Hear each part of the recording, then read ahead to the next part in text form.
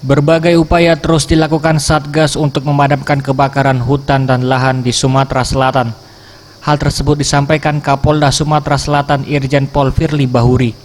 Ditegaskannya, sebagaimana dengan Undang-Undang Penanggulangan Bencana Alam termasuk Karhutlah, dijelaskan ada beberapa tahapan dalam penanganan bencana. Yang paling penting adalah tahapan mitigasi.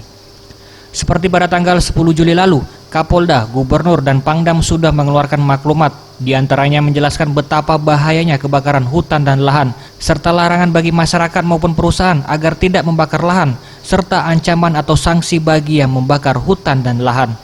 Upaya yang sering dilakukan sebelum terjadinya karhutlah ataupun pencegahan kepolisian dan pemerintah daerah dengan menggerakkan seluruh elemen masyarakat untuk ikut serta menanggulangi karhutlah.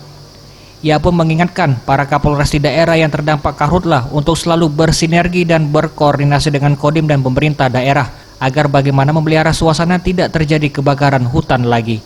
Kapolres, tetapi saya ingatkan kepada Kapolres, walaupun sudah turun hujan, jangan lengah. Karena bisa saja begitu kemarau, hujan musim panas lagi, seminggu lagi, bisa terlampau gampang untuk kebakaran terjadi.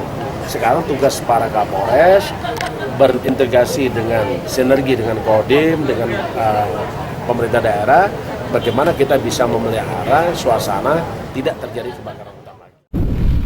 Tim Liputan Sriwijaya TV.